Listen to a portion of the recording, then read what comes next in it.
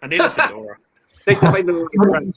Hey, fellow rockers and monsters, welcome to the Metal Connection, the connection to all things metal. I'm J-Dub, and today on the show we're doing bands that went on a streak of 4 great albums in a row. So kind of just the stipulation is here is it doesn't matter, it doesn't have to be the first 4, the last 4, the middle, it can be any 4, just 4 albums in a row. So that's what we're doing here. So I got the guests here to choose 3 bands each. We'll probably run through some honorable mentions and things like that after, but just to kickstart, we'll start off with each guest 3 bands that we feel went on a streak of 4 great albums in a row. So there we go. The names are showing, so we can kind of introduce ourselves as we go along here for anybody watching along. So we'll kickstart the picks with the Metal Detective first. We'll put him on the hot seat here next to me, and then we'll go around in a round table and get going. So, Metal Detective, you're up first, and what band you got for us here? All right. So I am David Biggs. I'm your Metal Detective. I don't know who I want to go first with. I really let me go a really obvious pick for me, and you guys might, from previous times we've been together, you might figure this one out. That I just love this band, and I love their most controversial album. It's one of the most controversial metal albums of all time. And my pick for my first, I guess you could call it a perfect 4, is Mr. Celtic Frost. Ooh. So that would be Morbid Tales, Emperor's Return, their first one. The 2 Megatherion would be their second one. Into the Pandemonium, their third and most avant-garde album. And then, of course, the much maligned Cold Lake, which happens to be I think it's my second favorite album of all time, second or third. Might be my second favorite album of all time. And I've been over this ad nauseum with everybody. And I just think that they're 4. I mean, I don't know if they're really perfect, like 10 out of 10s. But I just love all these albums. Every album of Celtic Frost, or Celtic Frost, I guess they're really called, is different. You've got the blazing black metal of the first album. That's really, black metal. And then a little bit more better produced with 2 Megatherion, black metal again. And they're incorporating a few avant-garde things in here, but it's very, very heavy. And then Pandemonium, they're incorporating, orchestral elements and female vocals.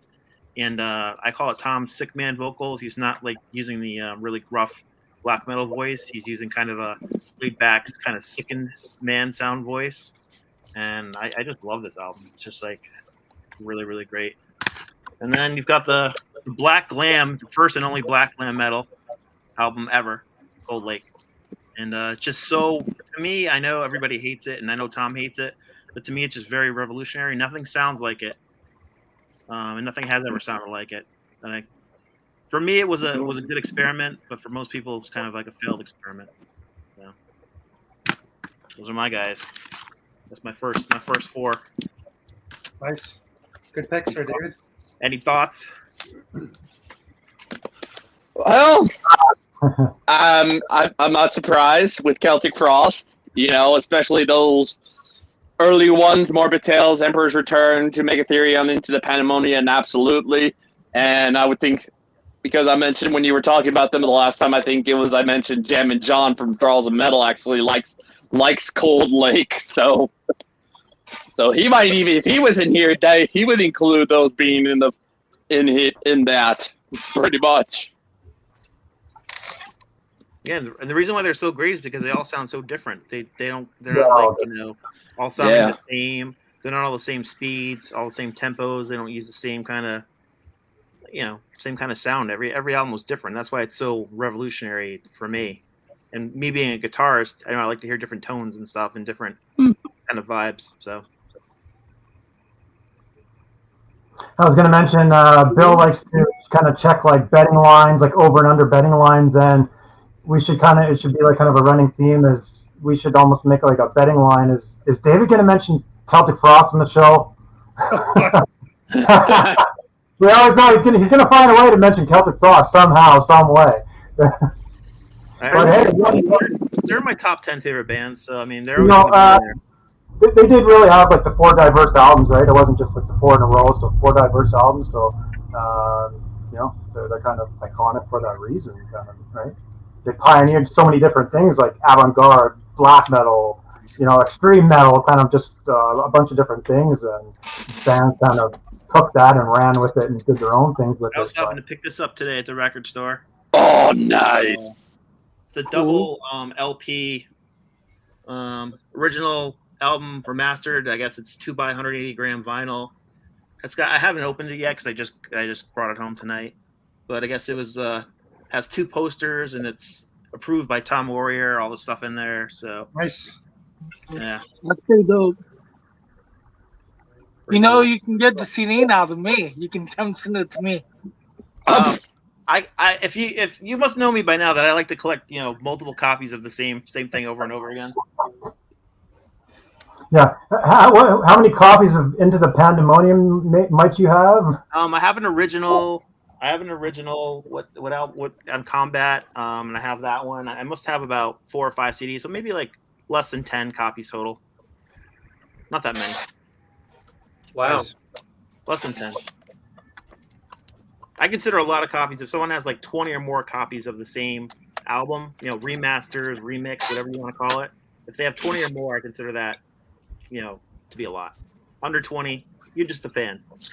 I have about 25 Creed CDs. Yeah. So you're Creed. A buddy of mine. He's not joking either. He's serious. I've seen those Creed CDs. I've seen them. Yeah. I think I saw a picture of it. Yeah. I got like 10 copies You of weren't Human joking. Clay and like 12 copies of My Own Prison. Yeah, it's pretty awesome. You posted that, right? Yeah. That was great. It's You actually really cool. actually collect those? No, it was a joke. Somebody sent it to me for Christmas last year as a joke. He knows I like Creed, so he just decided to bombard me with Creed. That's funny. I'm just saying my birthday's in 3 weeks. So we'll move along. So Ryan, you're up next with one of your bands that you chose. Yeah. Hey, what's up, everyone? Ryan Arnold, aka Demon Master Reviews, here for Damage Incorporated. And the first two bands that I knew right away were pretty obvious, kind of like how obvious Metal Detective here ended up picking Celtic Frost. The first two were obvious, but it was a little bit of more of a challenge for me to think of the third, because the first two were so dang obvious for me. But I think a while back, I ended up picking the third one, and that is, as I turned the camera around, this is Skamash. They are, I believe, a Switzerland-based avant-garde black metal. Their first album, I could have almost easily included the first album, but I didn't want to. I ended up picking these ones because while the first one I like, which is Sickness and Lux, that was more of like blackened death thrash. But this is where the true start of them is. Basically, this is Contradiction. It is a double album, kind of starting to get into the avant-garde stuff with songs like I say, Contradiction, where am I thinking of? The Inner Word, JHWH. We're starting to get a little bit more longer stuff, and it is a double album, so if you were to take it into 2 discs or album CD-wise, it would actually be a double album. Then the next one that I thought, okay, yeah, this would also be working, would be Triangle. It is instead of a double, it's a triple disc. So it's a pretty lengthy album. As you can see, it's triple. I don't know if you can see the back, but the first two are kind of the same, kind of a continuation of Contradiction. The third one is kind of an interesting one. It's kind of all atmospheric and more kind of almost instrumental, not much vocals on it. But it's kind of just the same as Contradiction. Then we got the Maldoror Chance Hermaphrodite, which was going to be a series of albums that were about, I think the Maldoror Chance, I think I have, yes, up here. As you can probably see the sticker, it says here, Les Chants de Maldoror, one of the most infamous poetic works of the 19th century to this day influences artists all over the world, teaching them to free their art of society's morals and boundaries. Today's Gamache take these inspirations one step further by dedicating a whole series of releases to La Tromont's Dark Legacy. This was the first one, pretty much. Not much of a lengthy album. There's only 7 tracks on here, but it's kind of just another continuation. And then we get to pretty much their most recent album, which was 2019, Hearts of No Light. This prompted me, and apologies for turning the camera around, this prompted me to like do a proper retrospective for them. And this is probably my personal favorite of theirs because it's a little bit more accessible, like with songs like Raise Like Razor, A Paradigm of Beauty. You know, they end up being the singles. This is probably their most accessible album. It's still got the avant-garde and stuff like that, but it's probably their most accessible album. But yeah, Gamache is my number 3.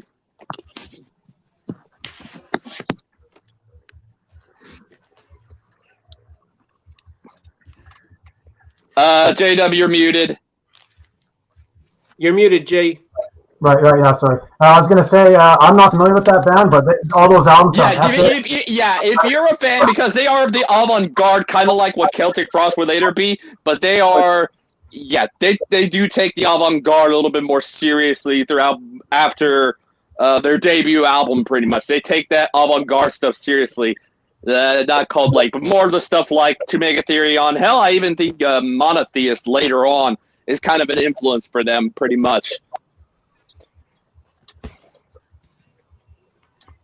I will want to point out, because they are probably the most accessible avant-garde black metal, unlike, say, Bludas Nord and Deathspell Omega, to say the least. They're a little bit easier to digest than those two, because of how chaotic those other two are. But yeah, they do the avant-garde pretty much.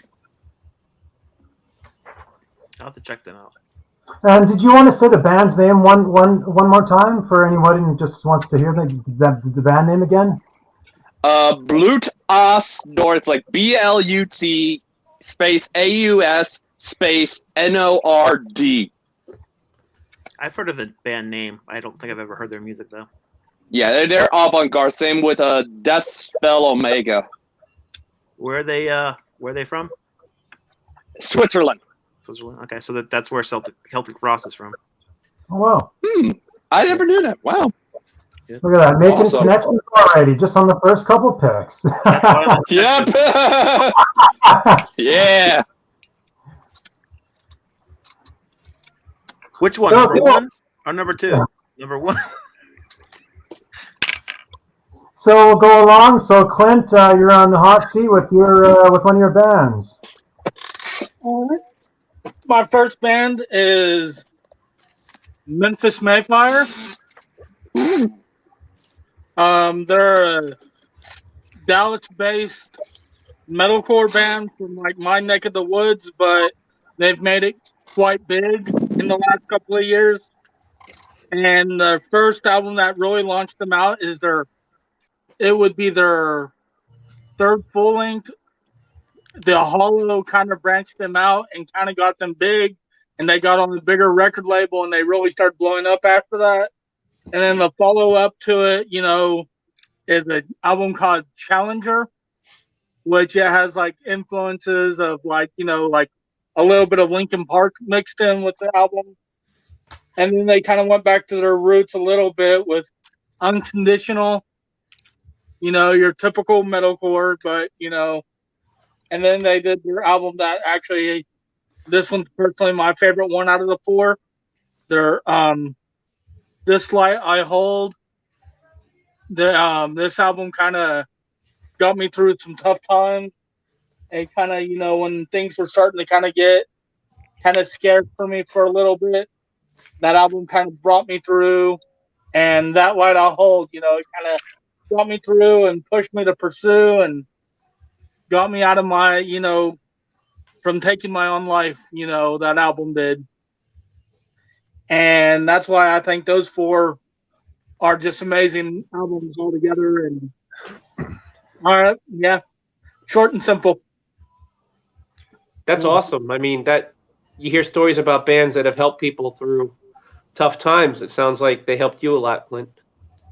Yeah.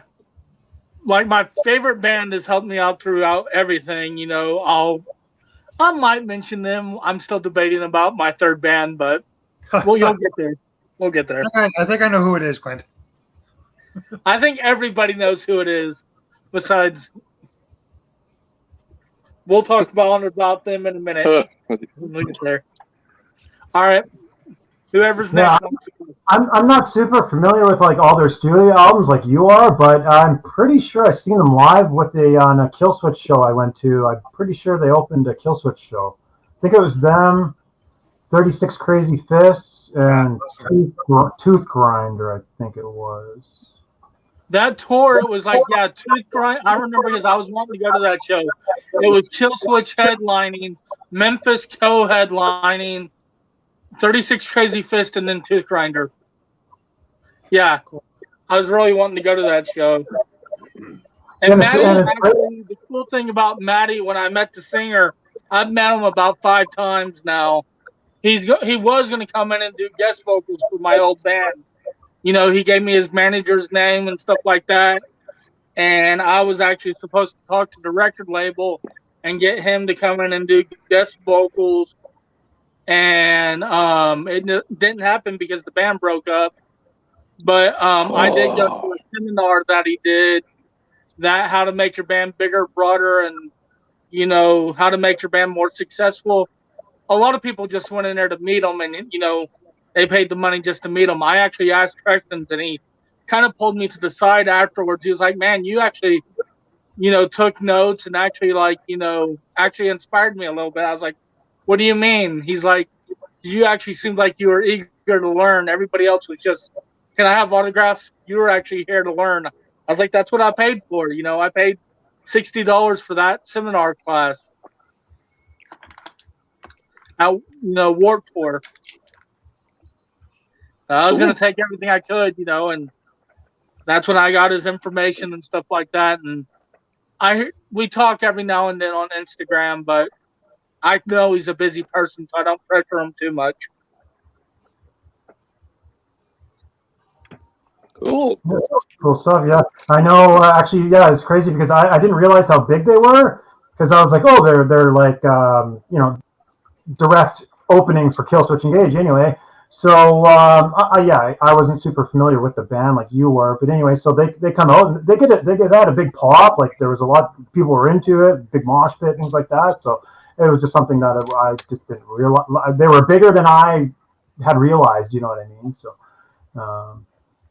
yeah, cool stuff. So we'll move along with Z-Man next. Okay, thanks, J-Dub, for having me.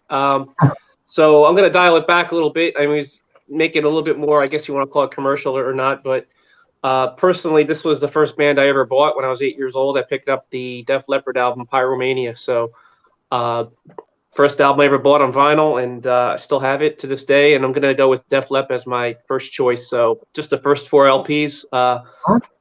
Yeah. This was a hard exercise, Jamie, because most of the bands that I had a pool of about 15 bands that I was going to use, but most of them had 5 good albums in a row, or 3, but not necessarily 4 that I considered great. So after further deliberation, Def Leppard makes the cut. Adrenalize, it's okay. It's still good, but not as great as those first 4. For those of you who don't know what they are, it's the On Through the Night from 1979, I think, and 80. It's 1980. Yeah, and then you got High and Dry in 81, Pyromania in 83, which really blew them up, and then, of course, Hysteria in 87. Yeah. So 2 diamond-selling records, one of the first bands to come out of the UK. And personally, I still follow them, but their releases since then have not come close to those first 4. So that's my pick. I agree. Awesome picks, man. Love Def Leppard. I like those picks. This Bunter Hyden seems to have a lot of cool comments. I don't know who this person is, but we got to get him on the show. Bunter Hyden. Right. Yeah, I was going to take a quick second actually say hello to Metal Ben's watching. I seen he commented, and we got Thrasher Beats Thrash, good friend of the channel who's been on the channel. Frederick there, Thrasher Beats Thrash. So hey, buddy, hello to you. And yeah, from the Down Under actually. Sorry there. And there we go. I guess we'll move along. I don't know if anyone wants to say anything, but there we go. And we'll move along with Dave next. Right on. Hey guys, good seeing some of you again. Dave Witherall. Actually, I think I'm gonna start using my my nickname there. I got a lot of people call me the Heavy Metal Maniac, so that's gonna be my new handle. Great. Yeah. Yeah. Don't know why I haven't used that before, but anyways, yeah, lots of bands to choose from. Obviously, I had it was kind of tough actually to pick only 3 bands, but I did come up with some selections, and the first band I'm going with is Metal Church. Okay. Good choice. Good choice. Yeah. So I'm going with Metal Church. Metal Church. Really good choice. Yeah. First album. I mean, obviously it's a classic, right? David Wayne, amazing vocalist. Although I must say, a lot of people prefer the first 2 albums with David Wayne. When Mike Howe came in on Blessing, like that, Blessing was the first album that I heard by them. So that's the one. That's still my overall favorite album.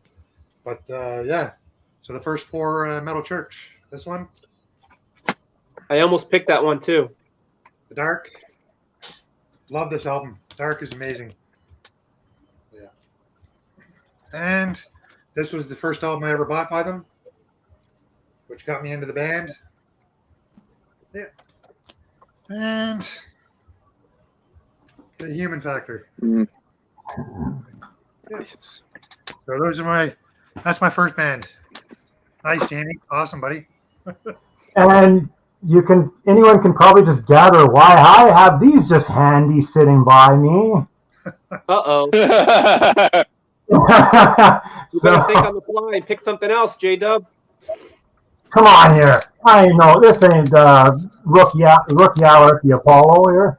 Amateur hour at the Apollo. I got some backup picks. Actually, that actually wasn't my actually in my top 3 that I was going to use for the show. But it was definitely a backup. It was definitely a backup pick Cool. because I was just wondering. I'm like, somebody else might pick them.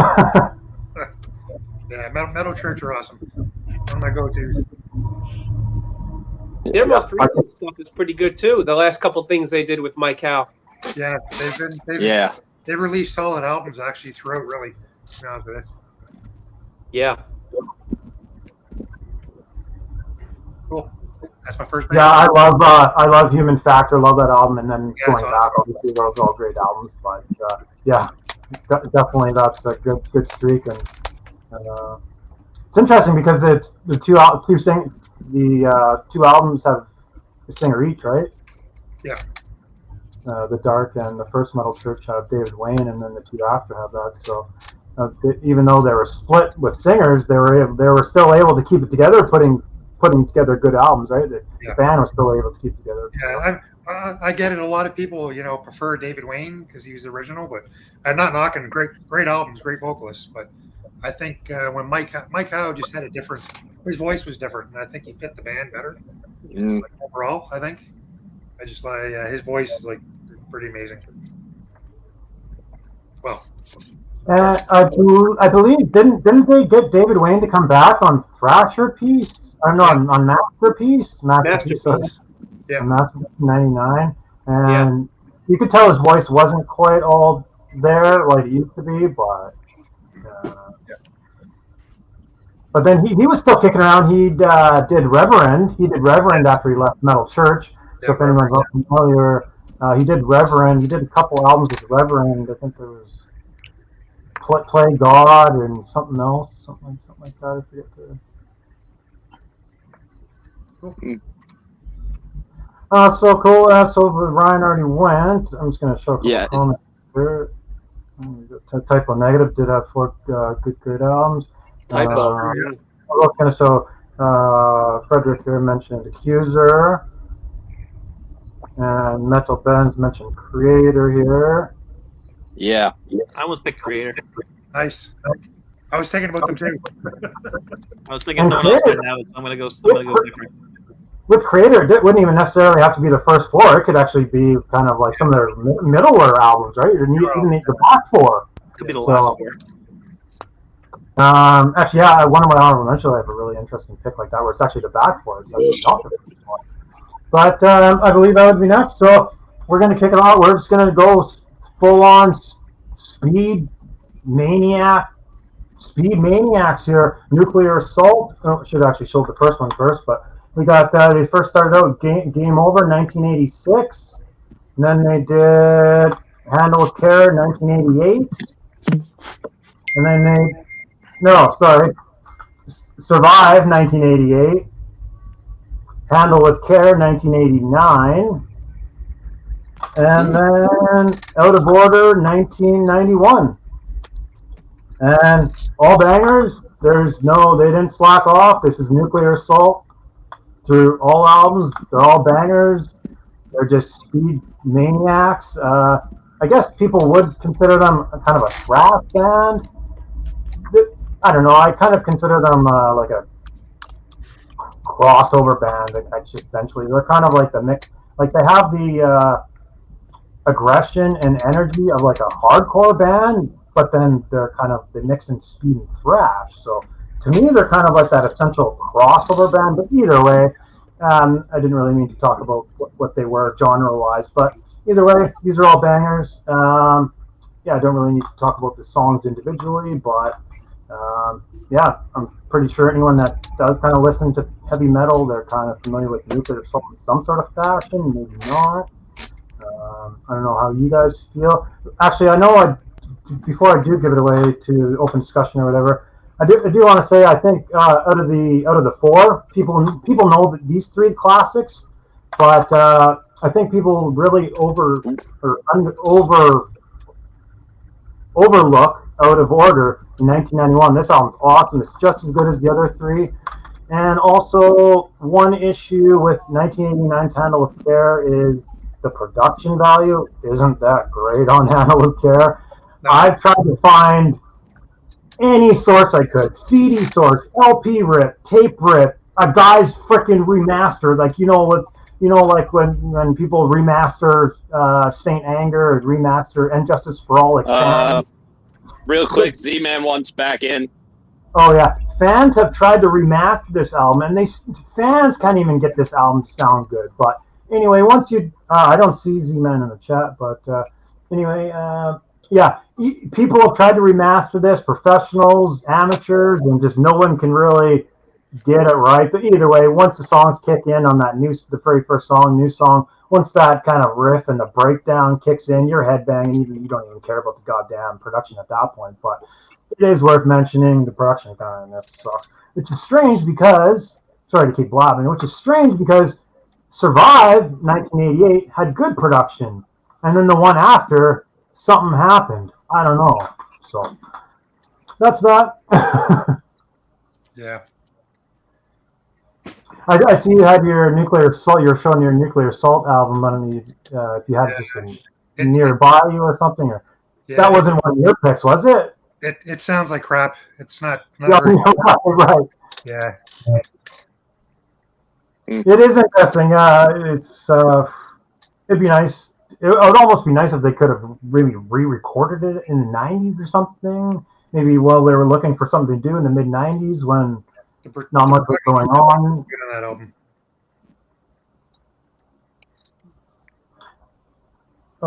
There's Bill. There he is. Sorry, guys. Z-Man! Sorry about that.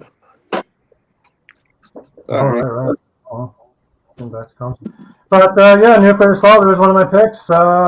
Yeah, go with that. So we'll move along with the Metal Detective. Yeah, so I think I'm going to go in the opposite direction with a band that I've actually just recently got into, maybe within the past year. And I've been like, Jamie probably knows, well, he's going to know who I'm talking about. But I've been talking about him a lot because I have little text chats with Jamie all the time. And they pretty much invented punk music, and they pretty much invented alternative. and they're not metal by any stretch of the imagination, but they're close enough for me. The Velvet Underground. Oh, cool. That's their first album from '67. Then their second one, I think it was '68. And the Gray album from '69. And their last album with Lou Reed from 1970. It's a groundbreaking band for me. Their lyrics are really dark. Have a lot of humor. Lots of things, lots of stories about promiscuity and drug abuse and all kinds of horrific stuff. And it's kind of behind these like really wonderful melodies and some really wicked guitar playing. Like the drums are very tribal. They're not like standard, hard rock drums or punk drums. They're just very, there's a lot of polyphonic stuff going on. Just a really great band once you really understand them. The fidelity for these things is like it's rough. It sounds like early punk music, very very early punk, and they're just an awesome band. I love Lou Reed. All his solo stuff is really good. Very much an acquired taste. They don't really sound. They're not metal. They don't sound like metal. They sound more like a proto punk band. Lots of noisy guitar. And, just awesome. Awesome stuff. One of my favorite bands right now. That's off the beaten path. Velvet Underground. Yeah. Cool. Yeah, I never understood them until about a year ago. I heard of them, and I knew that they were kind of like very cult underground kind of stuff, and a lot of people liked them, but I never really knew anybody who was into them. I'm like, what? I'm going to try to check them out myself. And it took me a while to get into it. I'm like, I don't understand. A lot of this is atonal. The singing is like very deadpan. It's not like, but there's really wonderful background melodies and vocal harmonies and stuff once you get into it. Yeah. People should check them out. Late 60s, early 70s. Yeah. They're good. I'm familiar with them. Not metal. It's not metal. But Not it's okay. metal. But still worth it. Well, they're seen as that like proto punk, right? Back with like the Stooges, like they're kind of right in that kind of realm. I tried to get into them. I just can't get into that singing style that you were saying, that like atonal singing style. I tried to get into his voice. I just can't get into his voice. It's just his voice, just his delivery is central. But yeah, I'm not familiar with that. I guess the only thing to really bring up to kind of stir up stuff was obviously his project with Metallica. And to be honest, I've never still even give that thing a full real listen. I'm just like I can't listen to his voice. So I can't find that album. I can't find Lulu anywhere. Really? I've You never don't have it. I don't You're have it. telling me you don't have Lulu. I don't have Lulu. No, I never. Yeah, I don't have it, and for good reason. I'm gonna send this man Lulu because nobody wants it anyway. So just send it to him, man. Well, the thing is, I would have it if I did mail order. If I order stuff from the internet, which I don't. I only find stuff in the wild, which, that's a choice that I made because I don't like buying things through the mail because I usually get very disappointed because it's either scratched or broken. So I get really annoyed. So I said, you know what? I'm not going to buy any more mail order stuff. I'm just going to find it in the wild. And there's plenty of record stores where I live. Probably 5 or 6 good record stores. So I have pretty good picks. David, could you reply to that? The comment. On yeah, you see. Oh, this is the Lulu guy. I'm not the Lulu guy because I don't even have it. But the guy we're talking about there. Lou Reed. Lou Reed.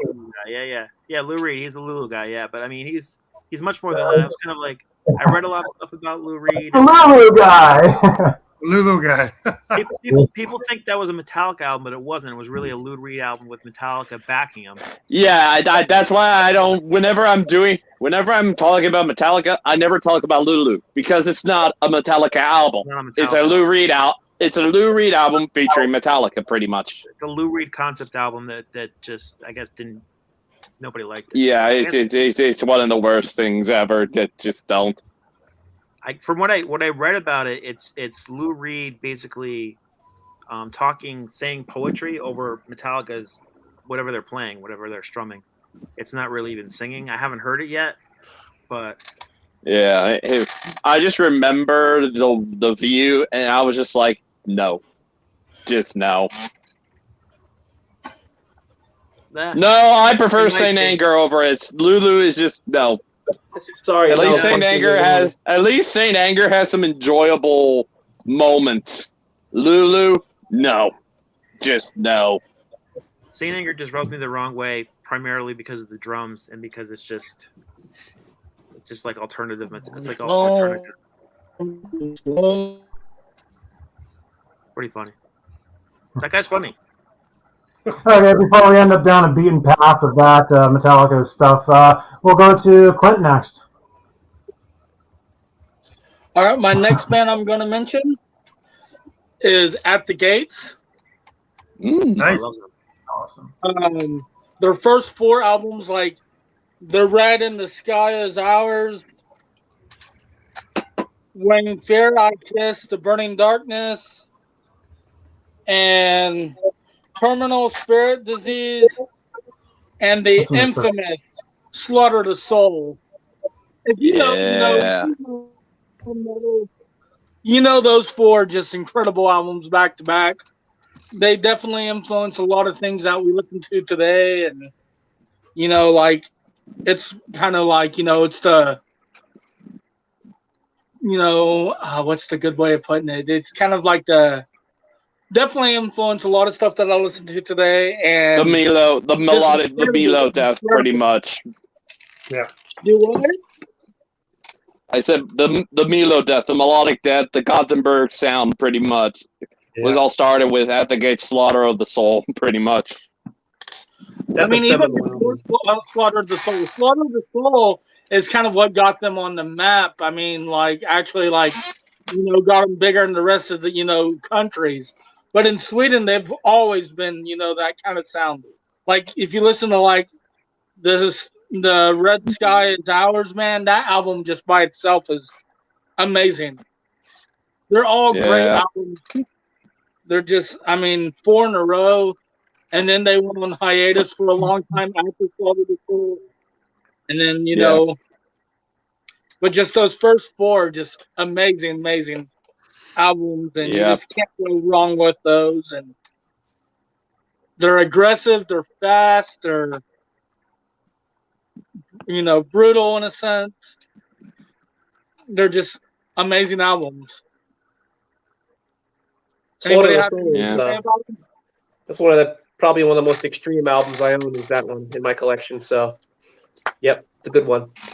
Yeah, someone as a fan of bands that are melodic death, I gotta get that album because I'm being a huge Soilwork, In Flame, hell, even Dark Tranquility, and new band that has a lot of ex In Flames members, the Halo Effect.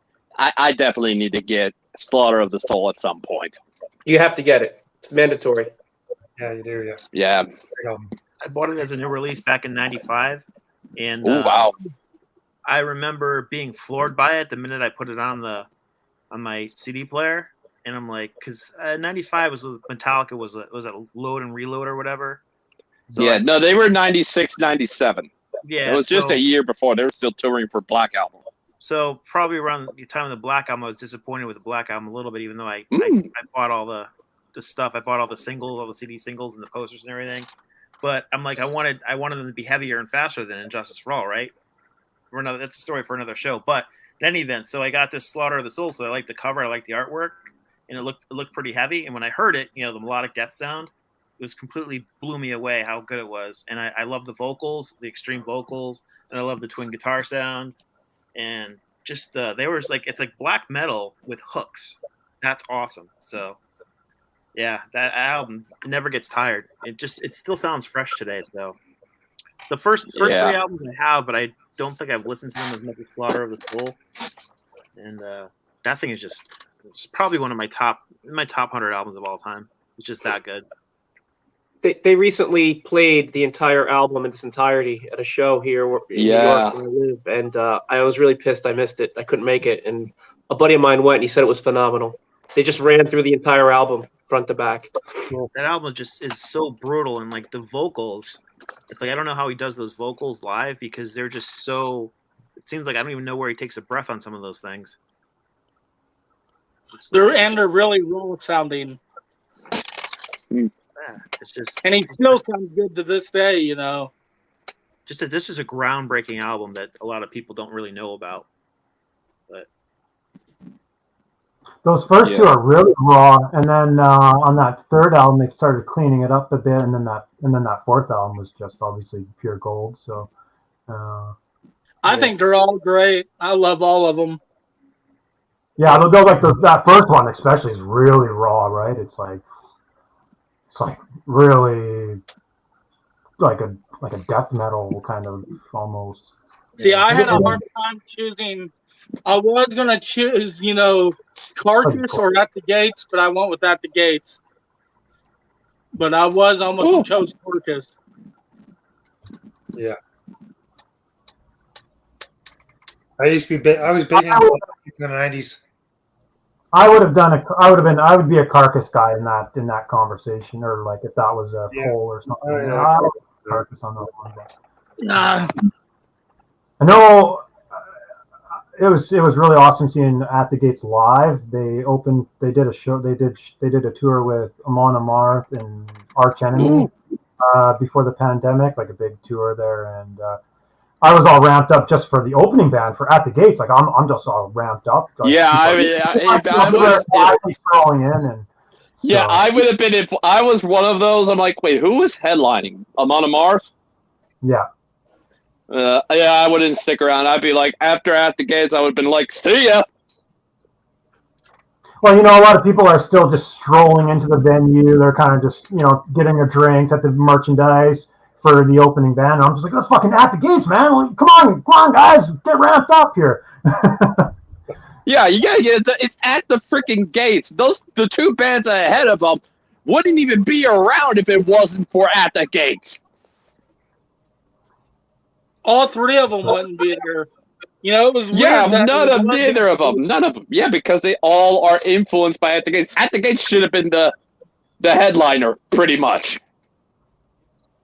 But, it's the headliner that picks the tour or bands, pretty much.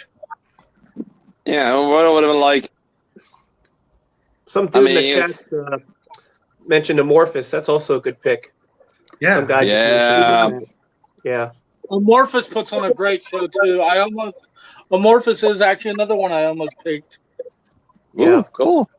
There's too many holes in your catalog, though. Get it? Amorphous holes. That would have went with it.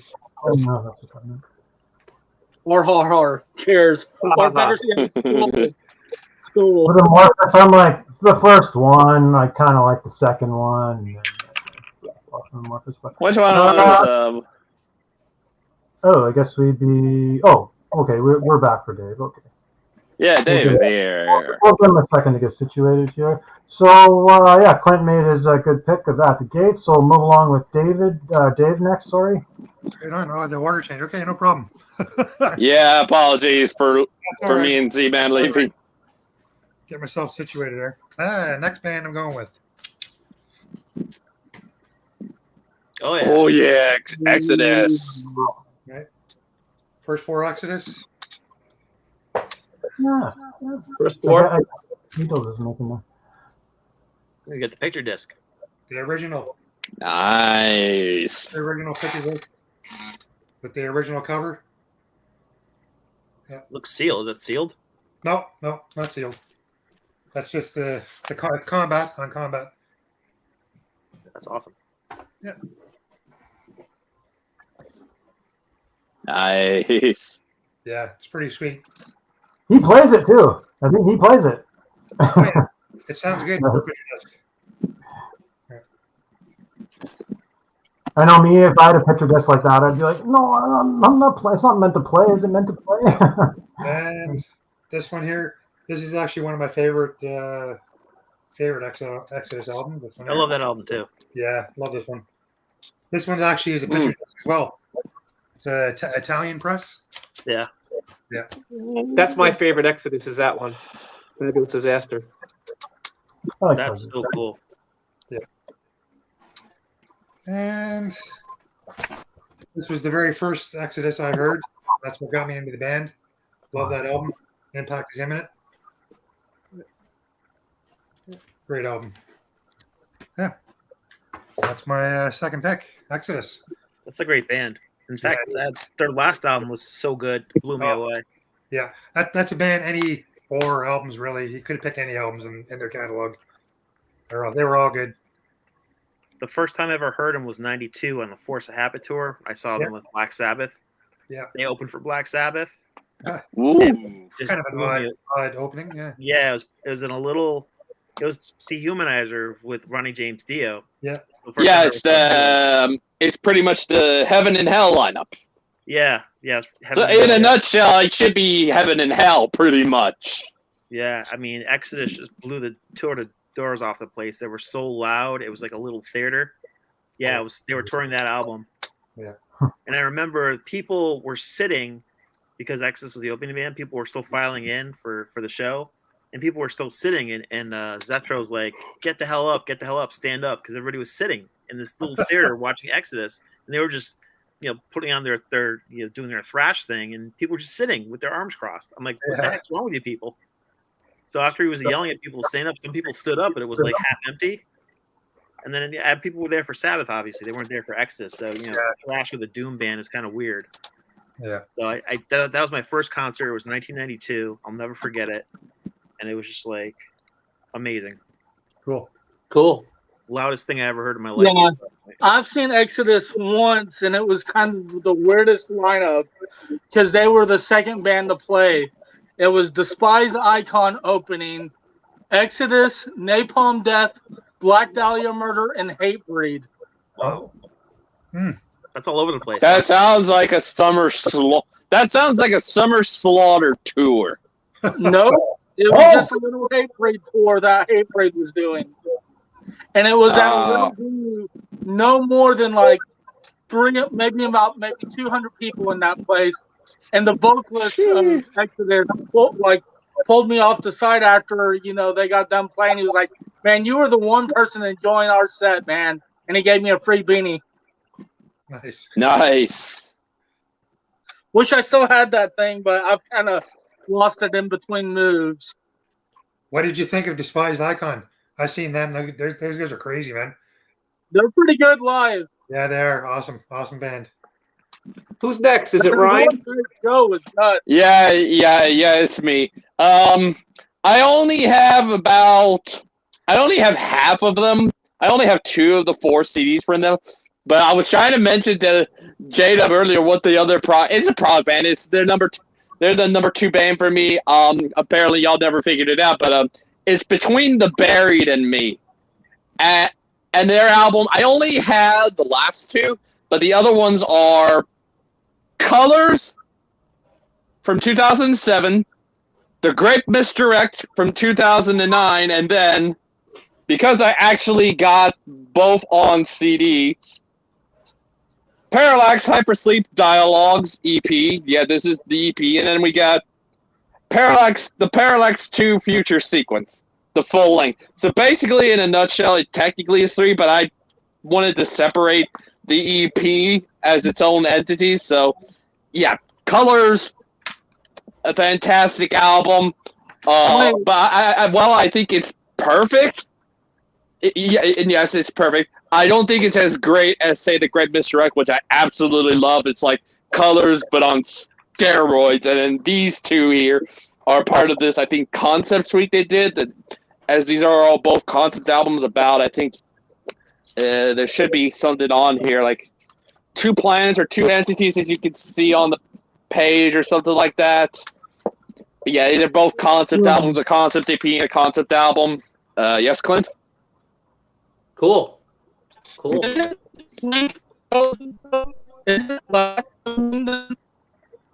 I can't hear you, Clint. You sound like a robot. Yeah, you. Don't move your phone. Don't move your phone. Yeah, don't move your phone. Okay, yeah, don't move. Stop moving your phone. There you go. Isn't the album Alaska Between? No, that's before. That is from 2005. Colors is 07, so it's before. And yeah, all the album, the lineup is pretty much the same from Alaska and onwards. But Colors is a perfect album. I personally prefer The Great Misdirect because that's an album that's Colors but on steroids. I fucking love that album to death, and I need to get that again. And then these two are like kind of that rock opera stuff, but still the proggy stuff. We still get what they were doing before, and I love these two as well. And I think those four are really, really great. So yeah, number 2 is Between the Buried and Me. Cool. Awesome. Good band. Yeah, I have all the. Can't hear Cool. Clint. Yeah, they can't hear you again. Can't hear him.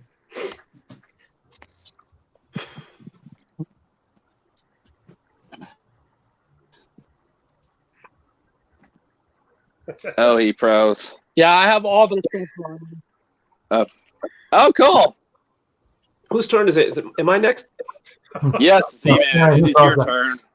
Yeah, all right, yeah, we'll move along. Z-Man. Okay, so I chose, this is another tough one, so many great bands. I chose a classic band, another throwback to the 80s. You probably all have heard of them, Overkill. Nice. New York City Thrashers. I chose albums number 2 through 5. So we're looking at Taking Over, Under the Influence, The Years of Decay, which is probably one of my favorite metal albums of all time, and the follow-up to Years of Decay from '91, Horoscope. Those are just 4 incredible albums. And to me, that the best era of that band was the late '80s. Yeah. Just amazing stuff. I mean, the first of my choices, Taking Over, is you got thrash, you got some power metal influences in there, and just brutal stuff. And The Years of Decay, they brought in Terry Date, great producer, who's done millions of other great bands, including Pantera and Metal Church, who was brought up before. And that album is just incredible. Just they brought in some Sabbathy type riffs, and there you go, J-Dub. Yep, that's it. Yeah. Under the Influence. I'm sorry. Yeah, The Years of Decay is one of the first CDs I ever purchased back in the day in '89, and incredible album, just amazing. And the Horoscope was pretty awesome too. So I chose them not only because of the great era, but also the album that came out after Horoscope. I wasn't really a big fan of I Hear Black, so I think that this was their best era. So Overkill, number 2. Cool. Nice. Hell yeah. Love Overkill. Great choice. All right, it up. that just made my night. What I just got a notification, Jamie. There we go. I just got Torn Arteries for $7. Woo! Carcass, yeah, that's a great album, Carcass. Fuck, I love that. Yeah, J-Dub, Warm up to it, but yeah. I don't know if you guys feel this way, but the production on Under the Influence, I'm not a fan of. I mean, it's a great album. It's killer, but the production was really kind of tinny and weird. When they got Terry Date, yeah, it just the production got so much better with Years of Decay. Yeah, I think this one needs a bit of a bass boost on it. Yeah. Like it's very trebly, like it's just like you gotta lower the treble. Killer. Still amazing. Yeah. I don't mean guitar bass. I mean like thump bass. We need some thump. Like it's very tinny. Yeah, back to bottom end. Yeah. So I guess that's their Lulu, right? Or their Saint Anger. Hey, if you got a good stereo system, you just turn up the bass, add some thump, and you're rocking just like anything else. So You know, I find sometimes the CD mastering is much different from the mastering on the LP. Yeah. Right. Sometimes on those albums especially from the 80s, the LP sounds a lot better than the CD because they just didn't master it correctly for CD. So something to think about. I definitely imagine on Under the Influence specifically that it's probably much warmer on LP for sure. I'd imagine the original anyway. Yeah. Not like a issue or something, but. So I had to do that one kind of on the fly because one of the guys in the chat mentioned Megadeth, and I had Megadeth, so I didn't want to steal that from the chat. But yeah, Megadeth would have been my runner-up. Nice. Yeah, I thought about Megadeth, and I'm like, I'm not that big on that certain time period of Peace Cells to Countdown, but I'm not that big on So Far So Good So What. Like if I wanted to, it would have been maybe Yeah, no. There's nothing from Megadeth I would have thought 4 in a row, at least for me. I'm actually reading Dave Mustaine's biography right now. Oh, cool. It's okay. He saw the same tour.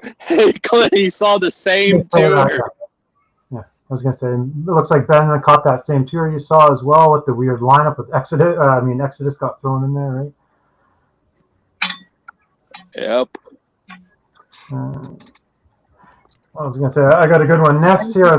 Comments here. Next comments. Bands that had a massive change in production quality. Yeah, that's definitely Nuclear Assault for me. Where Survive sounds great, and then the next one sounds Handle with Care sounds terrible. Ooh, that's it. Okay, awesome. Yeah. Okay, cool. Anyway, I was obsessed with this band back in when they hit the scene on early 2000s. I would have originally seen this band on Farm Club. If anyone remembers Farm Club there, they had a little run there. But anyway, I would have been watching Farm Club back there. Then this band called Chimera comes on. And they definitely caught my ear where I'm like, okay, this is a little bit better quality than your typical stuff that was coming out. New metal was out at the time, so things were going down that route, and Chimera kind of brought a heavier edge to that. They're kind of bringing heavy, they're kind of doing a little bit heavier with it anyway. So I'm going to skip the first album actually they put out. Again, it's good, but after they got that record deal and they really got their freedom to put out their second album, then they really started putting the heavy metal back in heavy metal, essentially. And basically, with this album and Lamb of God came around at the same time, these bands were pioneered as the new wave of American metal. They were putting metal back on the map because new metal was dying. The Limp Bizkits were dying, and these bands were coming around, kicking their ass, essentially. So we had Chimera with this one, The Possibility of Reason. Then we had Chimera, the Black Album, essentially. Chimera. I always just call it the Black Album. That's a beautiful album right there. Black Album number 2, pretty much. Kevin Talley stepped in on drums on this one. Kevin Talley, incredible drummer. Yeah. So the album's really jazzed up there. And we got Resurrection. Yeah, I know that album. Resurrection. And then they finished it off with, not finished it off, but The Infection there. So these are my 4 Chimeras, 4 bangers in a row. I was obsessed with this band back in the day. What was really cool thing about Chimera is they had like a documentary with every album they put out, about a documentary basically about their lives on the road with the previous albums. So basically every album that they put out, I got to follow along with their lives essentially with the tour, with the band members, and basically like your old school Pantera home videos, right? Those Cowboys from Hell home videos where they would document the tour and document all the shenanigans, right? So Chimera would put out that essentially on every album as a bonus disc or a DVD. Essentially on every album you'd get these documentaries. So anyway, I was just obsessed with this band. I'd watch all the documentaries, got to know all the band members, loved all the albums, loved all this stuff. So, I just thought Chimera was totally up my alley for a pick tonight, and other than just kind of breaking down the albums individually and tossing songs at you that I love, but other than that, Chimera really didn't put out too many bad songs in general between the 4 albums. You might find a couple intro tracks or an odd skipper here and there, but Chimera was definitely bringing kick-ass heavy metal back to the masses in the mid 2000s ish, all the way going up to the 2010s. But that's my little pitch on Chimera, the 4 killer albums. And if anyone else got something to say. Yeah, I definitely have to say the vocalist definitely has a very unique tone to his voice. Yeah, I've just been getting back as the song, the title track of Resurrection, it happens to be on Saints Row 2, and I just got back into them because of that song, and I'm like, oh yeah, Chimera. Super. Yeah, there's some bangers on Resurrection, Worthless, Killing the Beast. I'll ask, are on all those 4, is Rob Arnold on guitar? Yes, he's on all of these. Yes. Woo! Yeah. I think it was a pretty steady lineup on these four. I know the drummer stepped out on I think one of them, but Yeah, then Kevin Talley took over and pretty much boom. and then I think he came back on the Infection. The original drummer, Anders Herrick. What I really actually miss is the guitar. Not Rob Arnold. The other guitarist actually gets forgotten because. I know about them because of Rob. Yeah, like Rob Arnold is badass. The other guitarist was really cool too. Or am I thinking of the bassist? But yeah, I'm pretty sure I'm thinking of the bassist. Sorry, but I was kind of disappointed that the bassist never appeared in a band later after or something like that. DeVries. What was his name? DeVries. Matt DeVries. Yeah, guitarist Matt DeVries. I was always disappointed that Matt DeVries never turned up in another band or something because Rob after Chimera was in 6 Feet Under for a little bit. I've known he's been working on a solo album for a while now. I hope Chimera comes back one of these days. Yeah, it would be awesome too. Yeah, and a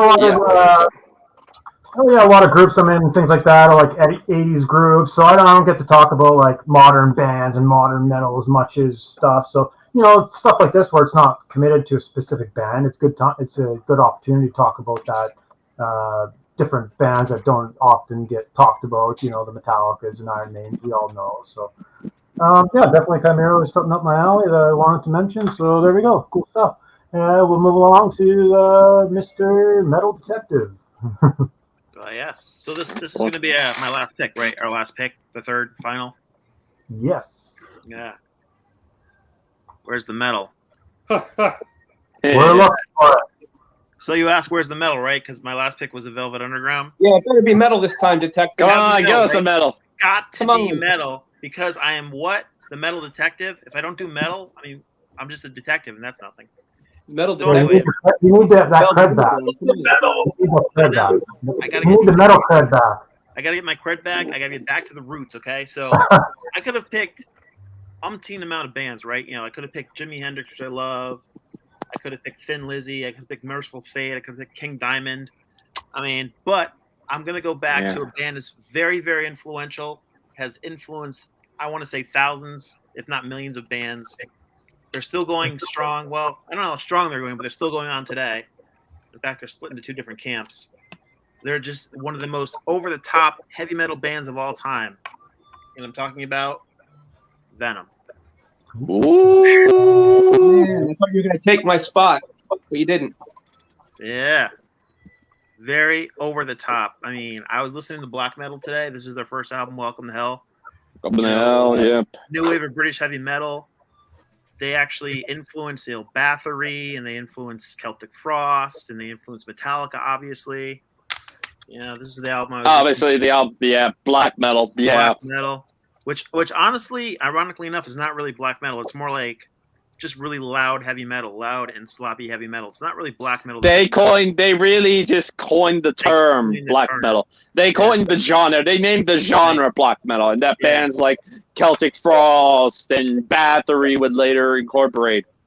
They got a little corny on At War with Satan. A little corny, I want to say, but still a good album. And then, what about the Monsters intro track on that? Like, isn't that like 15 minutes? But it's like fucking killer all the way through. Yeah, it's 20 minutes. 20 minutes of the first track is cool. Yeah. That's really going for it. They're going for it on there, like. And then the one that nobody really talks about. Interestingly enough, today they had a sealed LP of this at the record store today. It was like $44. I didn't buy it, but I'm thinking about getting it. You should. Yeah, but I did get this today. Where the heck is it? I did get this today. It happens to be the 40th anniversary of black metal, and they had this anniversary edition. Nice. And the thing that's really cool about this, which I'm a sucker for, colored vinyl, is this really cool I don't know if it's not really a splatter. It's more like I don't know if it's a splatter, but Oh, nice. Got some ghost-like. It's like ghost or gray or white, grayish white with black on it. Nice. look how evil that looks. Yeah, it's pretty cool. Yeah, that makes a lot of sense. It's So perfect. cool. So that was $40, believe it or not. Yeah, I have a lot of cool colored vinyl in my collection.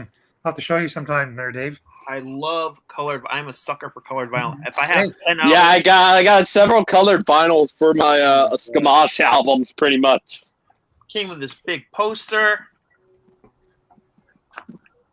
You gonna put the poster in your room? Woo!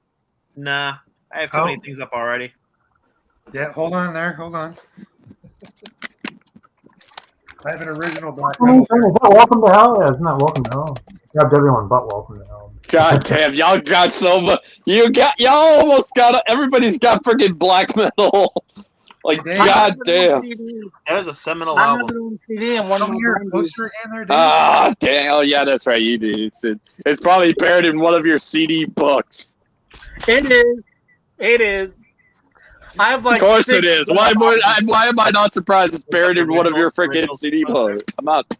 I have 6 Venom CDs. Ooh.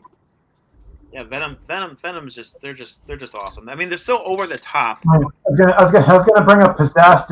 Possessed is weird. It doesn't have much like I don't know bottom back end. Like, you know what I mean? Like it's very sticks and stones, bare and bones. You know what I mean? But hey, it's just raw, like very raw. Speed metal, That's something that it's kind of what would be the black metal formula. Always going to be raw, pretty much. It's like a cult. It's like a cult horror metal. Like a Possessed is almost a cult. It's like horror metal. It's speed metal-ish. It's like speedy horror metal kind of. So, It's very raw though. Like most people like cannot listen to that album because it is just kind of like. I mean, So damn raw, yeah. I believe it was 86, so they were kind of maybe like getting that kind of glam influence in there a little bit. This is my 1981 original Neat Records. Oh, that's sick. Oh wow! And it's colored vinyl. Ooh. Yeah, purple vinyl. I would imagine that's why I saw it out after. Awesome. Yeah. Yeah, I Venom I discovered probably about the early '90s. Was one of the first bands, one of the first extreme metal bands I got into, and I've always loved them. I got Not so much the later albums. Yeah, I got this album. I think I paid $70 for it, and it's worth $400. Oh wow! Nice. Yeah, I can imagine it's probably pretty sought after, especially if that's like the original. Yeah. Yeah. Okay. Looks like it's in great shape And too. Dave, that's beautiful.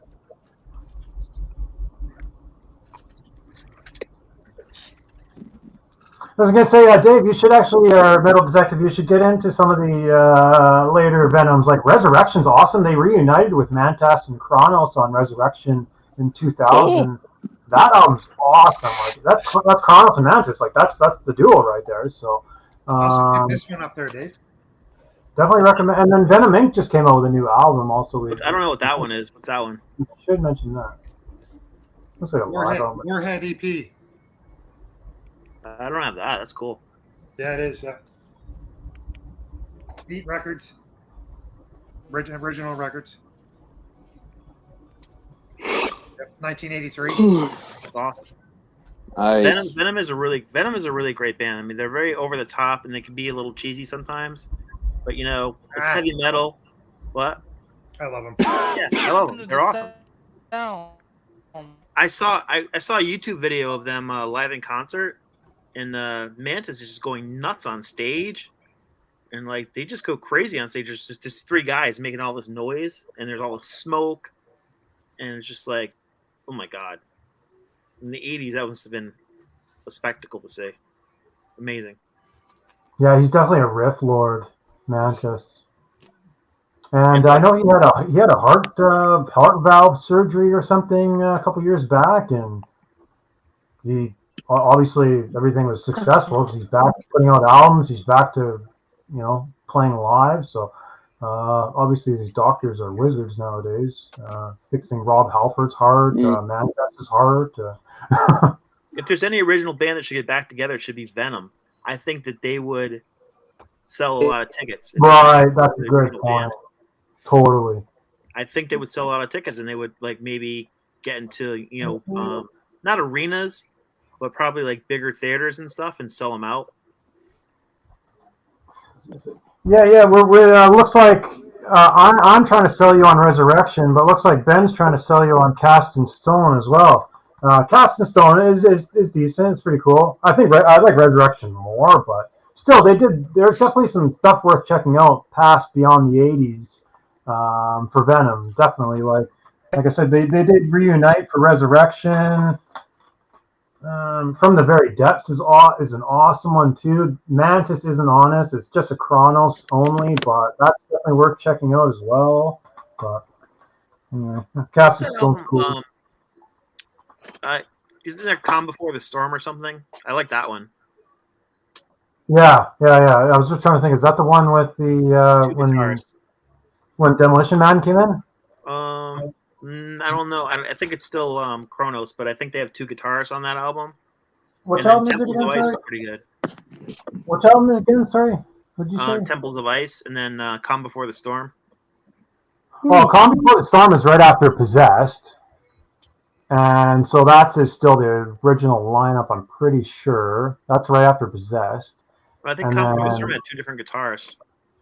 Oh, it might have been. And then Temples of Ice came a couple albums after. That came after Primeval. Temples of Ice came after Primeval. But anyway, there we go. What's he say? Oh, yeah, Cast in Stone. Yeah. There we go. Cool. Venom, great pick, obviously. And we'll move on. Did somebody leave? Anyway, somebody left. Yeah, Clint. Anyway, maybe we'll cycle back to him. So we'll move along. Looks like the Heavy Metal Maniacs next. All right. Yeah. All right. So I wanted so much. I had so many bands picked, and I kind of wanted to stick with like heavier bands, but Mean Metal Mike. Yeah, just one band that I absolutely love, and they're not super heavy, so I kind of went the other direction. But going back to my roots and my love for 80s metal is I am going to go with Queensryche. Yeah. Woo! Nice. I thought about using them for sure. I thought about them too. First 4 albums. First 4. Yep. And I mean, I could have put that EP in there, but I didn't want to include that. Didn't need to. Yeah. Operation Money Crime. I love that album. And David, you'll appreciate this one. This album here. Oh yeah. It's concept album. This album here is the 2012 press. This is a quite rare. The red vinyl, double red vinyl. Yeah, it's fairly rare. Sounds awesome. I came close to choosing Queensryche, but the only thing that held me back was I like the EP and Promised Land a little too much, because to me it's like 6 straight releases that are good. Yeah, Promised Land is great. Love Promised Land. Not as good as the first 5 though. No, it's not. No, but it's still a great album. And of course, Empire. That's the album that got me into them. Yeah. Huge for the band. Empire was huge for them. Yeah. Yeah, I love I remember seeing the cassette when I was a kid. I just remember the film cover when I was like a little kid, when I was like 5, 6. Like that was a big. That was huge. Yeah. I really like that song. I think Rage for Order through Empire might be the best 3 albums in a row by any band of all time. Like, if this were the top 3, Jamie, instead of 4, I probably would have had Queensryche in there. Yeah. Those 3 albums. Yeah, amazing albums. They're incredible. Yeah. Cool. That's my final pick. Hell yeah. Yeah, they definitely crossed my mind, but then I was like, someone else might pick them or something. But they definitely crossed my mind, and that's definitely a good pick. And yeah, I think we're all familiar with Queensryche, and I would imagine there's people out there that actually don't like Queensryche. Like, do you think there's actually people out there that think I don't like his voice? His voice Here's the thing. I like the early Queensryche. I don't like the current Queensryche. I do. I think that's. I'm not a big fan. If it doesn't have Jeff Tate on vocals, I don't care about it. Yeah. I think Todd's got a pretty good facsimile of Jeff's voice, though. He does, yeah. Yeah, but it's just like if I'm going to listen to Queensryche, I'd rather listen to some of the classic ones, like Operation Mindcrime and Empire. I'd be satisfied right there. I just seen Queensryche with Judas Priest there not that long ago, and they're pretty amazing live. He does an amazing job. I can see both sides of it. You know, I can see both sides of it. Somebody mentioned Promised Land. I think Z-Man there. Yeah. I think you mentioned Promised Yeah, Land. Z-Man did, yeah. I like Here and Now more than Promised Land. Oh, do you? Oh yeah. Oh, wow. Here in the Now is all right. Well, which one came first? Promised Land came first. Promise. Oh, I was like, it's Here and Now came first. I didn't know. But I know I like Here and Now more than Promised Land. Yeah, Here in the Now was a little bit more. That was the last album where Chris DeGarmo was involved, and he did most of the writing of the songs. And in fact, he sang on one of the tracks on that album, which was interesting too. It was. I found it to be a little bit lighter. You know, it was a little bit more, I guess, alternative sounding, or not as like hard hitting as some of the older stuff, but still good. Maybe I have to revisit Promised Land. I think I don't know. Maybe I think I just caught on with Here and Now, and I was like, hey, this is. You might like Promised Land. What was he saying?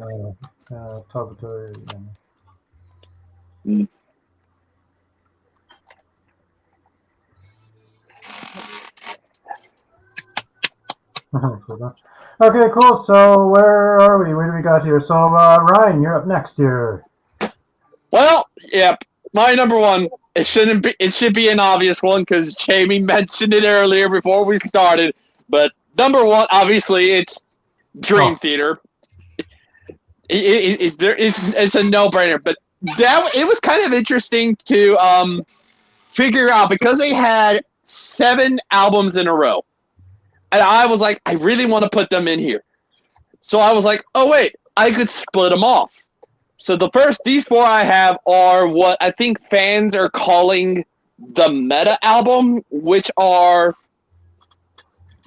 Metropolis Part 2, Scenes from a Memory, 6 Degrees of Inner Turbulence, Train of Thought, and Octavarium. Obviously, Metropolis Part 2.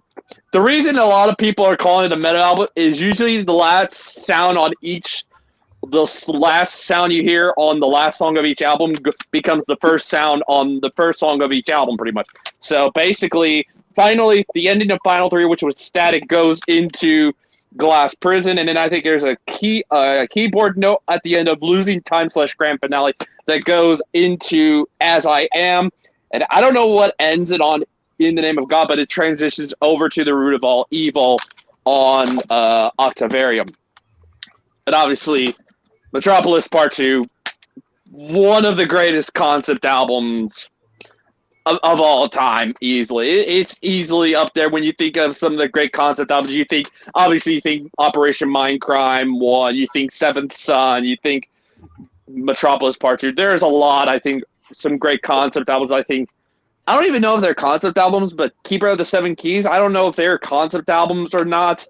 But, you know, when you think of great concept albums, you think some of those 3, and especially Metropolis Part 2, the first one with Jordan Rudess, and then they follow it up with a double album, a 90-minute one that's capped off with a 42-minute title track kind of continuation. Then you get Train of Thought, their heaviest album, arguably kind of their heavy metal, kind of a heavy metal sounding, because obviously with songs like As I Am kind of sounded more just really, really heavy. And then they go back to kind of that more regular prog metal on Octavarium to close it out. But yeah,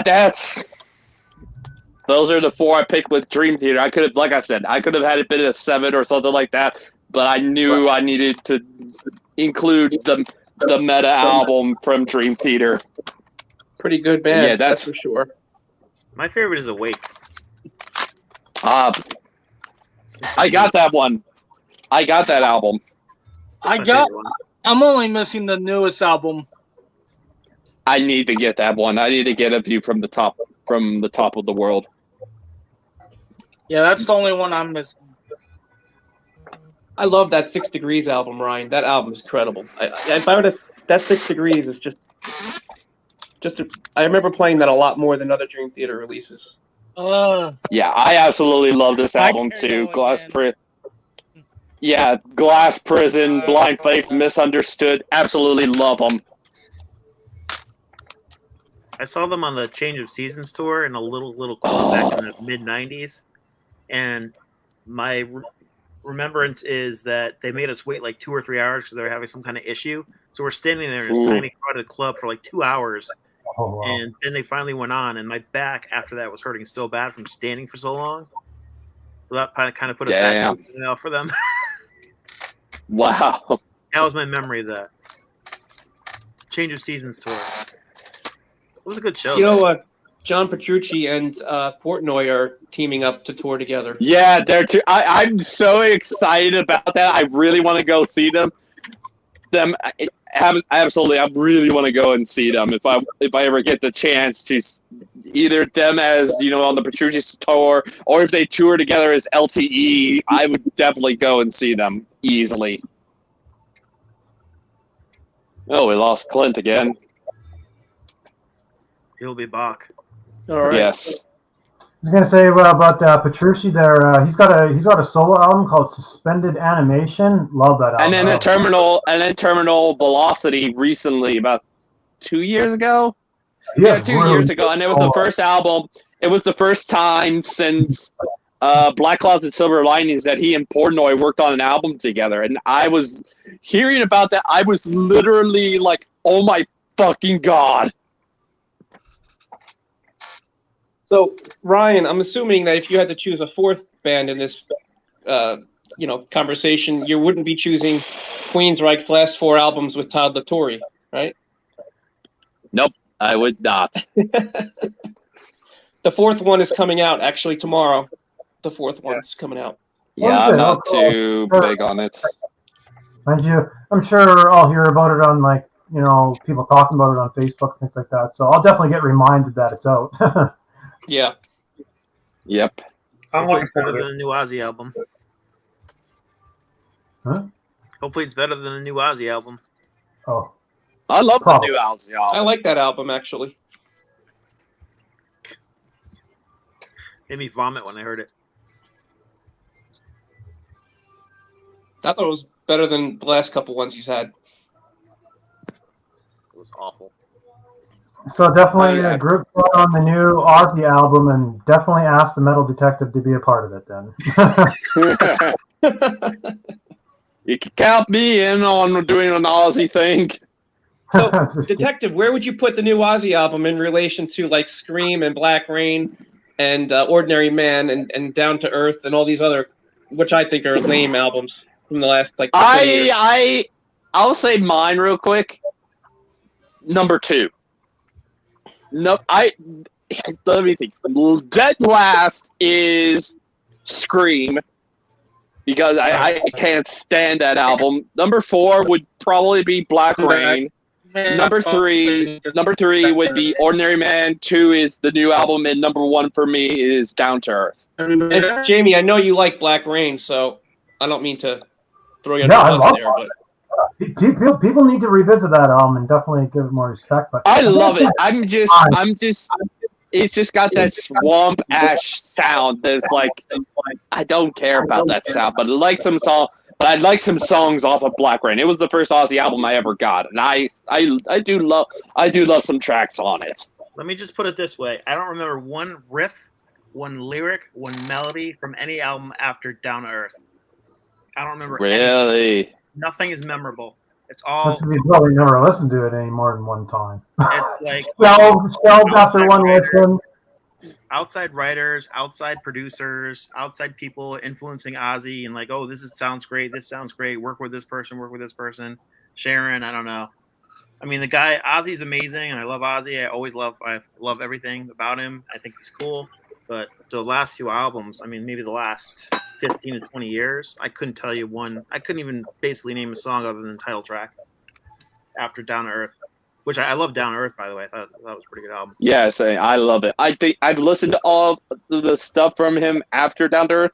I think outside of maybe Patient Number 9, which is really close, nothing's better than Down to Earth for me, because that's probably the last great Ozzy album.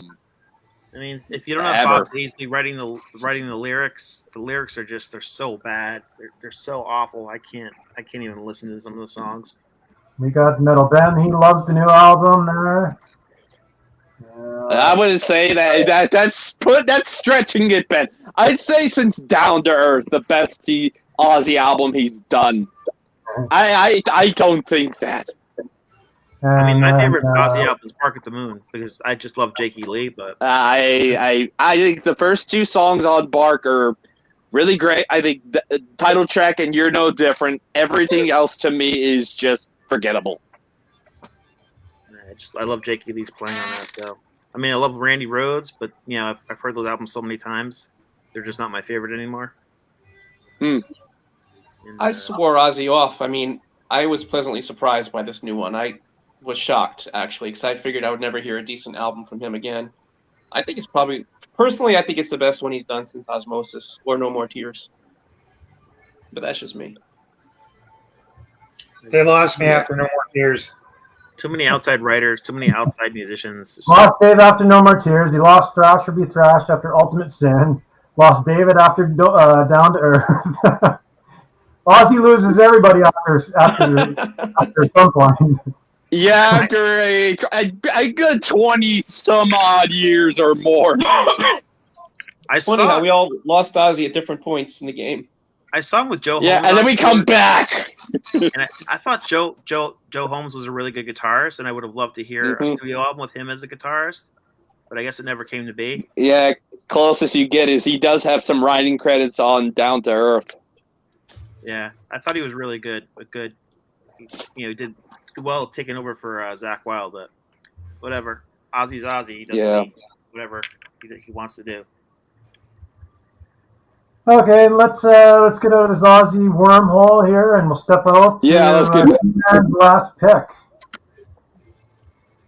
Whose turn is it? Is it mine? Yes. Yeah. Oh, okay.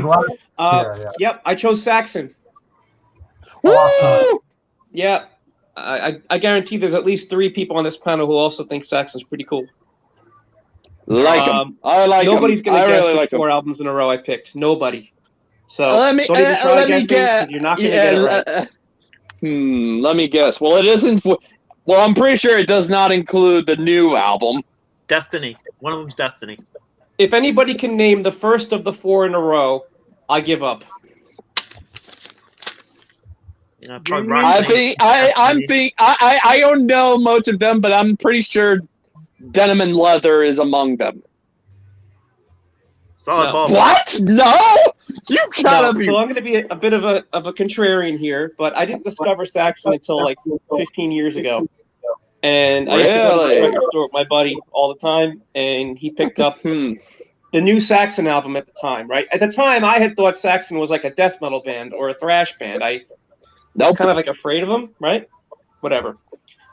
He picked it up. He said, let's play it. It was called Metalhead. And I liked it. I thought it was pretty cool. So I became a Saxon fan. And then I went back, and got all the older stuff prior. But I think all their recent stuff has been pretty good in the last 20 years. Very modern sounding, heavy, melodic, epic, all those things you can describe.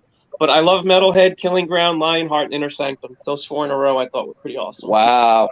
So yeah. I would have been more surprised if Sacrifice was in there, because that was the first Saxon album I ever listened to, and I liked it. I still own it to this day. They come out with like an album every other year, so like clockwork. I mean, they've had like they've had like 12 albums in the last 25 years, but those 4 I thought were really awesome. They do a cover of Court of the Crimson King on one of the albums. The title track to Lionheart's epic. The song Metalhead, Inner Sanctum. Just these are all really solid albums, and yeah, there it is. Yeah. So just really very well done heavy metal. I think you can argue that they've done better stuff than a lot of their contemporaries in the last like 20 years, including Priest, including Maiden, and. I'll give them credit.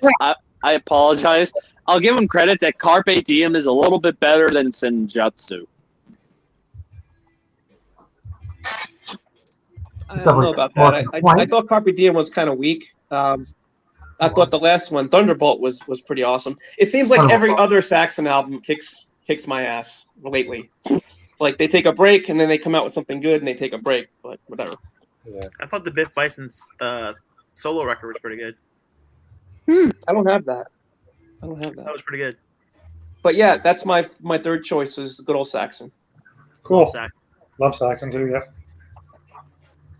I don't want to give it away too much, but I would love to like host a Saxon show some point if I can get people on board with doing a Saxon ranking or top 5 or top 10 or top 8 or whatever we decide on. But yeah, I don't want to give too much away, but I will say Lionheart specifically ranks very high for me. It like very high, like we're talking top 5s. So if we're ever to do a Saxon show, it's just a little giveaway. Lionheart. And that's not to discount their older stuff, like the classic material. That's all great too, like Denim and Leather, Crusader. Innocence is No Excuse, all the 80s glam stuff they did, that's all good too, but they really ratcheted up, I think, with the 90s onward. Yeah, and they do start kicking it up here at this Metalhead album 1999, and then from there they do kind of start gaining more momentum, it seems, But yeah, because come Lionheart 2004, for me, yeah, this is like a top 3, top 5 Saxon album, so definitely a good pick. I feel because I've never really listened to him. Saxon's awesome. My first Saxon album was 1995, 94, Dogs of War. Dogs of War. Oh my god! When I heard that song, that's a good one too. Tokyo, oh my god, that song is awesome. Some guy said Tool in the chat. Yeah, I think I have one Tool album and I never even opened it. 10,000 Days or something. How do you know it's good? How do you know if it's good or bad? I don't, because I never opened it. Well, this is a very interesting topic. That's very interesting. It should be a whole other topic. Albums that I have a lot of questions. Why would you never open it? How do you even know what Tool? I don't know. There's a lot of questions. A lot of questions. So many questions for the Metal Detective. A lot of questions. What?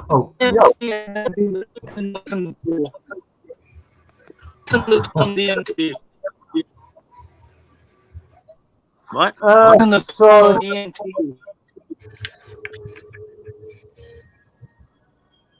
didn't even catch that. Anyway, maybe is Clint going to be clear enough to catch his last pick? Yeah. Oh, y'all hear me okay? hear me?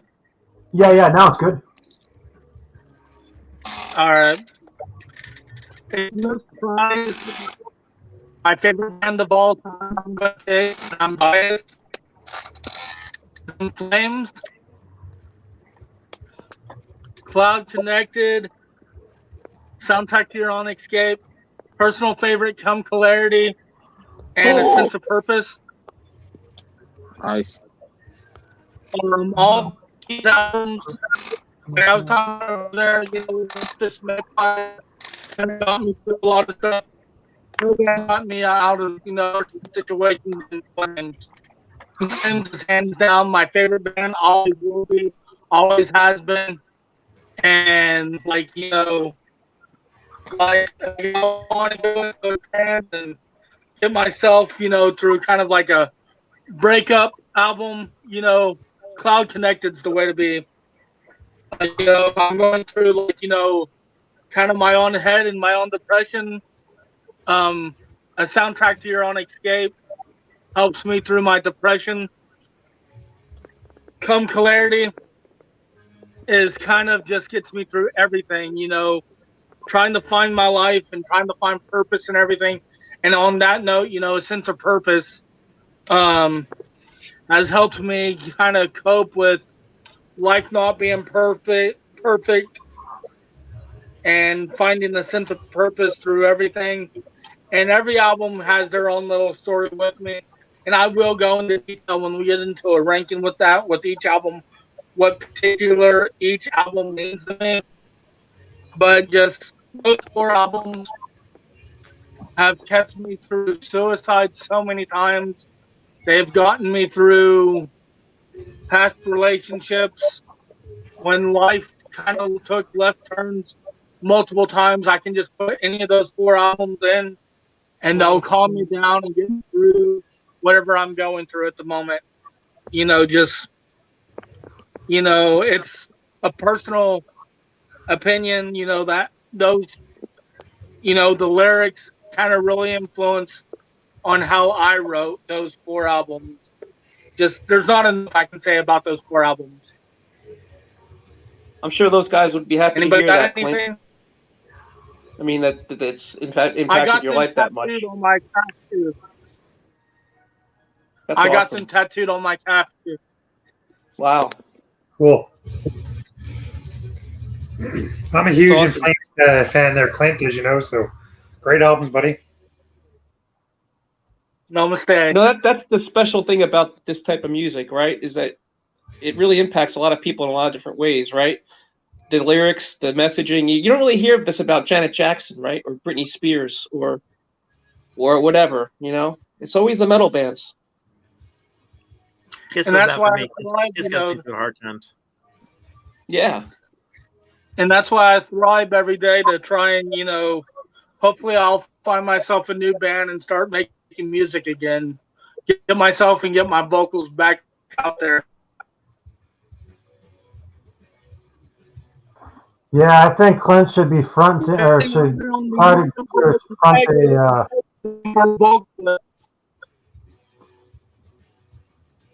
Clint, you should try to get in a slamming deathcore band or something, like brutal slam. Everybody wants me to do slam. I like that I can win. That's my mellow death band again. My whole band is a metal band. I don't look at Decay, we slam a god. And I bring out my words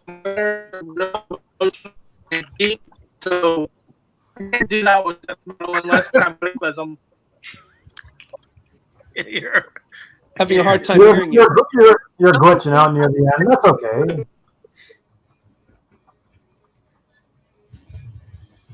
Hey, you're glitching out.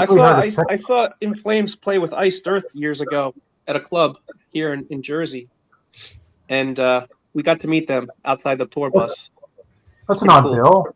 Iced Earth and In Flames. That's an odd billing. Yeah, I think that was like 2002 or 3. Looks a cool billing, though. Yeah. You seem like a bunch of cool guys. I was trying to think. Have I seen In Flames? I think I've seen In Flames like 3 times. Was it 2 or just 3? But I know I actually seen In Flames on a Slayer tour 2002. No, that was Soulfly, Slayer, and In Flames. And then I seen a co-headliner with Hell Yeah and In Flames. And I can't remember if I've seen In Flames again. Yeah, I don't know. But definitely cool seeing In Flames like a full headline set. Anytime someone goes to like a festival show and they see like a half an hour set by like some of these bigger bands that have big long discographies, a lot of material to cover. Sometimes it's really it's hard to cover it's hard to really put on a good show and like some of these half an hour sets they get on a festival set. But when you really go see some of these bands like on a full headline set on their full show, like in a little club or something, and they play an hour and a half, and then you really get the full band, like what you're supposed to kind of see them as. So In Flames definitely one of those bands that's good to see, like a full on headline, full hour and a half show, not just a little half an hour set thing. But I've seen them 5 times. And that ain't enough. I've seen them with I saw them with Cannibal Corpse. I've seen them with Trivium. I've seen them with Venom Inc. And I've seen them with Mastodon.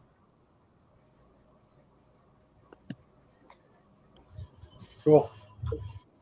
And yeah, In Flames is always kind of, well, recently they've become quite not controversial, but either hit or miss with fans, right? They hate that new direction that they've been going in with Battles and I Mask, and well, even before that, going back to right after Soundtrack to Your Escape, kind of after that they kind of started. Or Clint, when do you think they started kind of maybe going down a softer, more a change?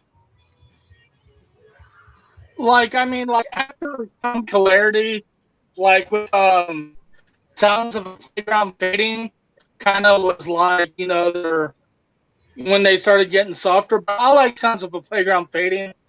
Siren Charms, if y'all know, I like the album, but I kind of despise it because it ain't In Flames to me on that album. Siren Charms with it, but I feel like they've kind of came back, full swing with their latest releases. They've been releasing, coming back with the old things. They're like, all right, you like the Halo? Here's In Flames coming back full force with the new stuff. Yeah, the new stuff definitely looks definitely a good return. Oh, you glitched right up. Okay, there we go. And Z-Man's gone. Okay, cool. That's me, and we're kind of packing up the show here anyway. It's been a little more on the 2 hour mark, but I'm just going to run fire this one through. We got Lay's Rocket. I'm going to skip the first album, so I'm going to go along with the second album, their third album, Know Your Enemy. And what was the years here? I forget actually the years on the Strangers of Danger. Was it 85 on this? Know Your Enemy, 87. Annihilation Principle, 89. And then we got Nothing Sacred, 1991. So, yeah, Lay's Rocket, if you're not familiar with, they're kind of just they started out kind of traditional, like almost like a thrashy traditional band, but then they just took the thrash thing and just went full on with it. And it's kind of said that they were around at the very beginnings of the thrash scene, like when thrash was forming around. So they are kind of credited as one of the first original thrasher bands, even though I think the first album is not really thrash. They kind of started getting thrash on the second album, and then this third album here, Know Your Enemy, they just ramped it up to an all new degree level. This is maybe this is great, but they just ramped it up to another level on these next three I'm showing them in the hands. But yeah, these three are just ramped up to an all different level, thrash level. These are all thrash masterpieces, technical, just everything you kind of want in thrash, like fun. They're fun, technical. Yeah, so it's kind of my Lay's Rocket, 4th streak in a row. Could have even included the first one as well, but yeah, there we go. I know you guys. I know Metal Detective and Maniac are familiar with Lay's Rocket, so don't need to sell the choir on those guys. But yeah, great band. Rocket. And I think the band members throughout the years they've been involved. They went involved in other stuff. I believe they were involved in what was that? Uncle Slam. Uncle Slam. Yeah, I think they went after Uncle Slam or in the middle of it, like right in the middle. They were doing both. I think some of the guys are going to go slam and lays, but yeah. I'm surprised no one mentioned Sodom. Sodom? Oh. Yeah, this is badass though. Lays rocket, know your enemy. Hiroshima, most dangerous game. Yeah, Mad Axe Attack. Good stuff, and yeah, love my Lays rocket. Fast, speedy, thrashy. Riffs, 1001 riffs. The riffs just never end. The solos never end. Speed never ends. The tempo never ends. It just love that stuff. So yeah, good stuff. I'll see if there's any comments here. I check my thing in the full screen. Oh yeah, I got great like good seeing Lays rocket, underrated. Blaze. So there we go. And actually, it's funny because I had a couple honorable mentions. I couldn't decide on my 3. I had Metal Church, so Metal Church was at 1. Dave already picked Metal Church. And my other honorable mention was the Z-Man's not here. This is going to be for Z-Man. Oh. But it was actually going to be the last 4 Seven Dust albums. The last 4 Seven Dust albums that they released, like recently, like 2020, 2000, going back 2020. But yeah, I love these 4 Seven Dust albums that they started. They started with Black Out the Sun 2010, Right. and all the way up to 2020. But yeah, I love all these past 4 Seven Dust albums. Awesome stuff. And actually, Black Out the Sun, I'd say, is actually one of Seven Dust's heaviest albums ever. So that's why I did start this streak of 4 at Black Out the Sun and end it with their newest, Blood and Stone. So Seven Dust is still around. They're still putting out great albums, and I still believe the last 4 they put out are just all awesome, great albums. So I thought Seven Dust was worth mentioning. Well, that's about it. If anyone else? To get the latest too. Yeah, I had that was one of my other picks. Oh, Corner. Yeah. Yeah. Wow. Corner is one of my other Corner wins. and some King Diamond. King Diamond. Yeah. Corner wins. Yeah. I love those Corner albums. Those are just crazy. Amazing albums. I'm the metal detective, and I approve this message. What do we got here? Yeah, Culture Club. What was that guy's name? I forget the Culture Club's guy's name. Yeah. Anyone else got any other bands or bands that they were going to show that they couldn't show because there's only 3 bands? But Oh my gosh! I mean, I almost brought in Wage War, but they only have 4 albums total. Who? newer modern band, Wage War. Wage War? Okay. Wage War. Budgie. There you go, David. one of my Underground favorite bands of all an time. old hard rock cult band, formative and heavy metal, proto metal, as they say. Could have picked any 4 albums from any part of their existence. They're all masterpieces. Love that band. And then I had my oddball pick here, which might be a little controversial, but it was the non-Dio era of Rainbow, starting with Down to Earth, which incidentally Ozzy stole his title from Rainbow. This was from 1980, I think. Yeah, I love that album. For 79. And then I think the next one was Difficult to Cure, Joe Lynn Turner. And then Straight Between the Eyes, Joe Lynn Turner. That's a good band, Rebo. And then the last album, I think, with Joe Lynn Turner before they got together with he was in Deep Purple for one album. Slaves and Masters. This was the last Rainbow album, I think, with Joe Lynn Turner. Unless you consider Final Vinyl, which was a compilation. But the Joe Lynn Turner Rainbow is, well, this was Graham Bonnet, this is one of my favorite albums of all time. That's a great album. Great album. Yeah, Candlemass. My budgie. Oh my god, yeah, that's awesome. Yeah, love Budgie. Budgie is just an amazing band. Yeah, they are. Yeah. Z-Man, you missed when I showed Seven Dust as an honorable mention. The last 4 albums are incredible. I know Yeah. you just. Yeah, J-Dub. Yeah, that's awesome, man. I need to reinvestigate some Seven Dust, like the recent era. No, I'm serious. Definitely, Blackout the Sun is a must. It's probably their heaviest album they've ever done. Okay, I'm looking at getting that on eBay. Maybe I have my eye on a Seven Dust CD lot, so I think that was part of that lot. So Yeah, if you can get your hands on Blackout the Sun, highly recommend it. Highly recommend it. Anybody watching? I'm sorry, I got disconnected. I got bad connection here. But I think you picked Laz Rocket as your final one. Yes. That's cool. Yeah, that's all right. And yeah, that's about it. We're just kind of going to wrap up the show, basically. Did we have any runner-ups? Are we allowed to talk about runner-ups? Oh yeah. Yeah, if you wanted to mention something there, or like some picks that you wanted to pick. Yeah, David Lee Roth. I'm not sure if I would pick him. I love that album. That's like a pick-me-up album. If you're in a bad mood or something, play that. Pick you up. That's actually my favorite David Lee Roth is that album, though. That's Jason my favorite. Becker. Probably me too. Yeah. Yeah, because you got Eat 'Em and Smile. You got Skyscraper. You can count the that 4-track EP, which could be the first thing, and then you have this. So that's just four great albums in a row.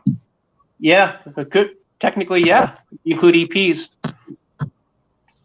I was going to suggest there's a band that's not really metal, but I thought they had 4 decent albums in a row, and that was the band Live. You guys know Live? Yeah. Throwing Copper. Yeah, the first 4.